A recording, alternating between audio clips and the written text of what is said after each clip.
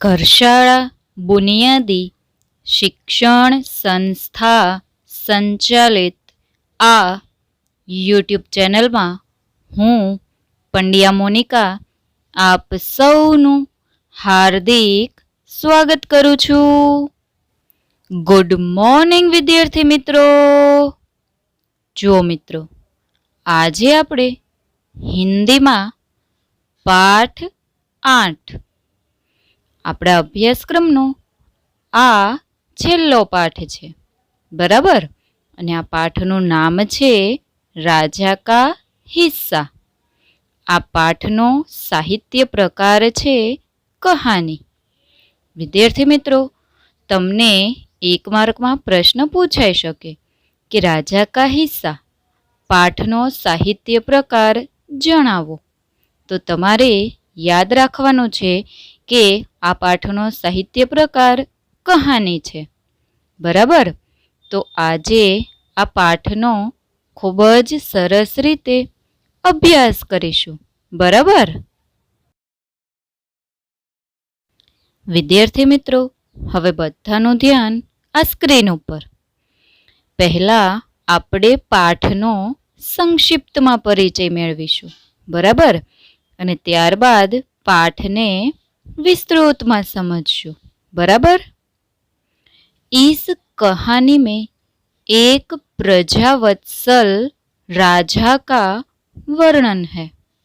राजा प्रजा की कठिनाइयों में हमेशा उसकी मदद के लिए तत्पर रहते हैं.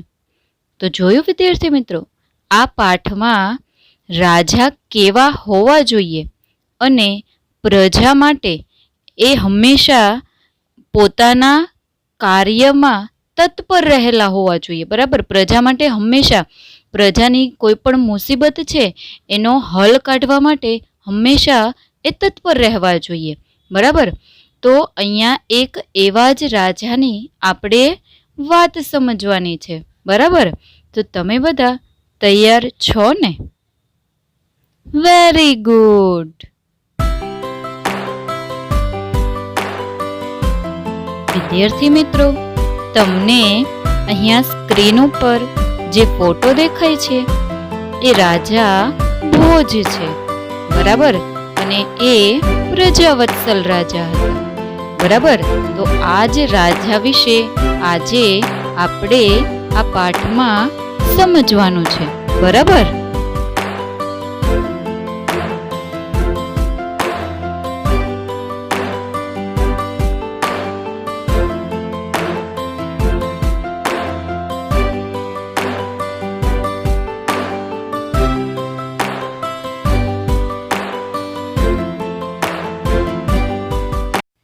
વિદ્યાર્થી મિત્રો, હવે પાઠની શરૂઆત થઈ છે, બરાબર? તો બધાનું ધ્યાન આ સ્ક્રીન ઉપર. राजा भोज बड़े प्रजावत्सल थे. वे स्वयं राज्य में घूम घूम कर प्रजा की कठिनाइयों को देखा करते थे और उन्हें यथासंभव दूर किया करते थे. एक दिन राजा अपनी रानी के साथ रथ पर सवार होकर राज्य का भ्रमण कर रहे थे. वे राजधानी से बहुत दूर निकल गए थे. તો જોયું વિદ્યાર્થી મિત્રો, રાજા ભોજ જે હતા એ ઘણા જ પ્રજાપ્રેમી રાજા હતા. એની પ્રજાને તેઓ ખૂબ જ પ્રેમ કરતા હતા, બરાબર? કોઈ પણ નાગરિકને તકલીફ હોય તો નાગરિકના કહ્યા પહેલાં જ એ પોતે એના નાગરિકની તકલીફ સમજી અને એ દૂર પણ કરી દેતા હતા, બરાબર? અને રાજા ભોજ જે હતા એ પોતાના રાજ્યમાં પોતે ફરીને પોતાના જે નાગરિકો હતા, રાજ્યના જે નાગરિકો હતા એની હરેક મુશ્કેલી જે છે, હરેક દુઃખ જે છે, બરાબર, એને જાણતા અને એને દૂર કરવાનો પ્રયત્ન પણ કરતા હતા. એટલે રાજા ભોજ જે હતા એ ખૂબ જ કર્મનિષ્ઠ રાજા હતા, બરાબર.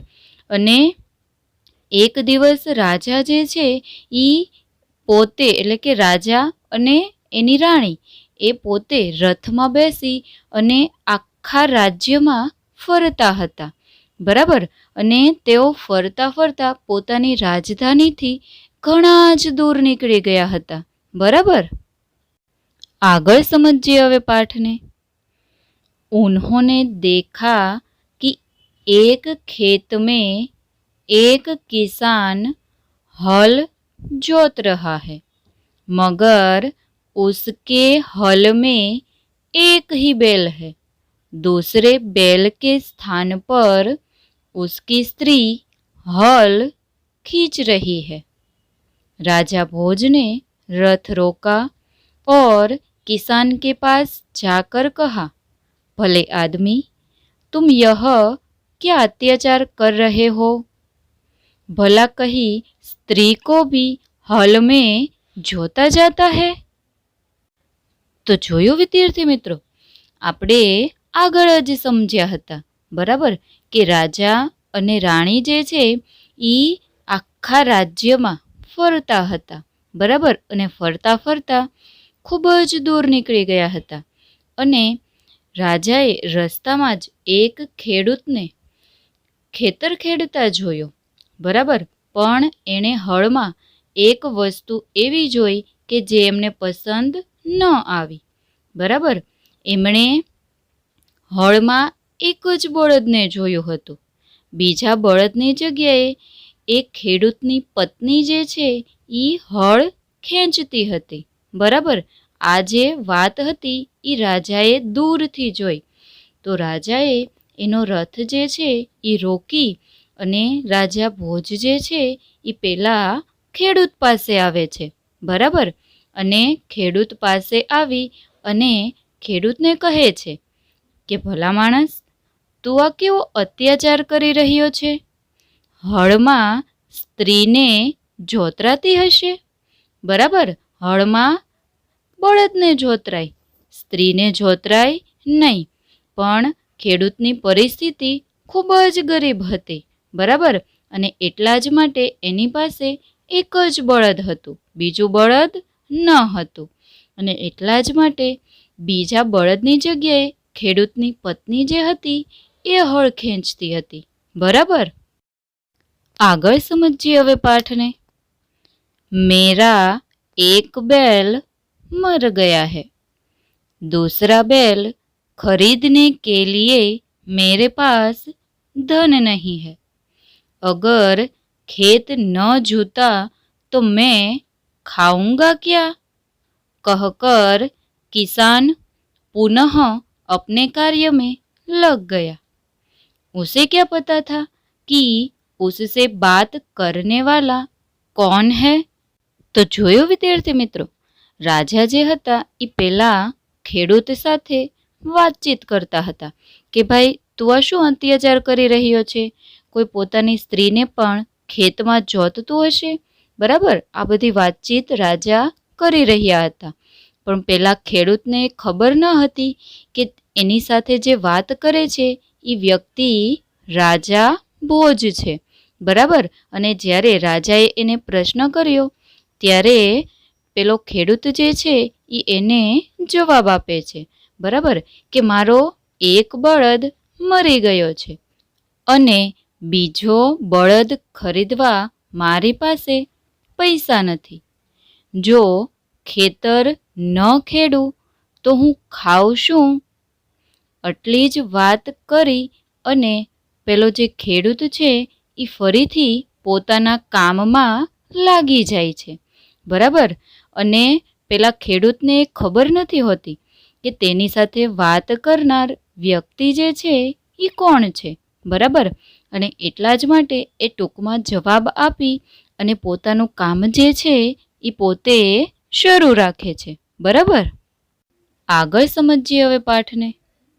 राजा ने कहा, अरे भाई जरा सुनो तो, जो कहना है मेरे साथ चलते चलते कहो, मेरा काम क्यों रोकते हो? किसान ने कहा. જોયું વિદ્યાર્થી મિત્રો, પેલા ખેડૂતે રાજાને ટૂંકમાં જવાબ આપ્યો. તો રાજાએ ફરીથી એ ખેડૂત સાથે વાત કરવા પ્રયત્ન કર્યો.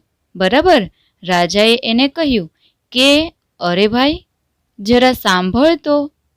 તો પેલા ખેડૂતે રાજાને જવાબમાં શું કહ્યું કે જે કહેવું હોય તે મારી સાથે ચાલતા ચાલતા કહો, મારું કામ કેમ અટકાવો છો? આવો જવાબ ખેડૂતે પેલા રાજાને આપ્યો. બરાબર, કારણ કે ખેડૂતને ખબર ન હતી કે એની સાથે વાત કરવાવાળી વ્યક્તિ એ રાજા ભોજ હતી. બરાબર, આગળ સમજીએ હવે પાઠને. राजा भोज उसके साथ साथ चलने लगे. अपने काम के प्रति किसान की लगन देखकर राजा भोज बहुत प्रभावित हुए. वह बोले, भले आदमी, इस प्रकार तो तुम्हारी पत्नी थक जाएगी और थकावट की वजह से कोई दूसरा कार्य भी नहीं कर सकेगी. તો જોયું વિદ્યાર્થી મિત્રો, પેલો ખેડૂત જે છે એને ખબર ન હતી કે તેની સાથે વાત કરવાવાળી વ્યક્તિ એ રાજા ભોજ હતી. બરાબર, એટલે પોતે રાજાને કહે છે કે ભાઈ તમારે જે પણ વાતચીત કરવી હોય તે મારી સાથે ચાલતા ચાલતા કરો.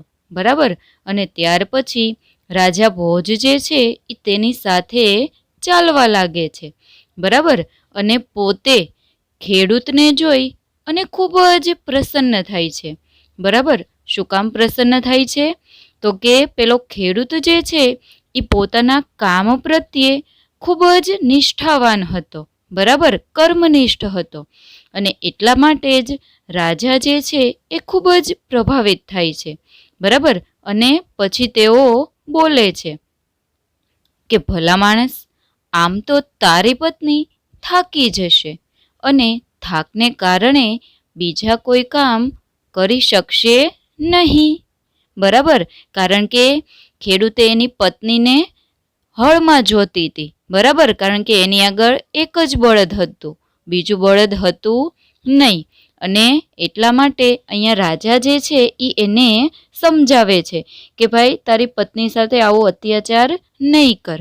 બરાબર, કારણ કે પત્ની જે છે એ ખૂબ જ થાકી જશે અને પછી બીજા કોઈ પણ કામ જે છે એ કરી જ નહીં શકે.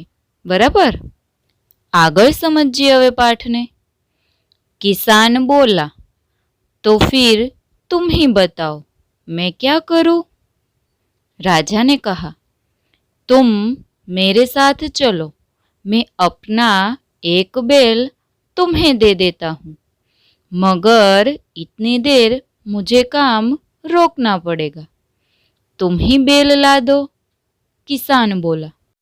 તો જોયું વિદ્યાર્થી મિત્રો, રાજા જે છે એ પેલા કિસાનને સમજાવે છે કે ભાઈ તારી પત્ની સાથે આ રીતે તું અત્યાચાર નહીં કર.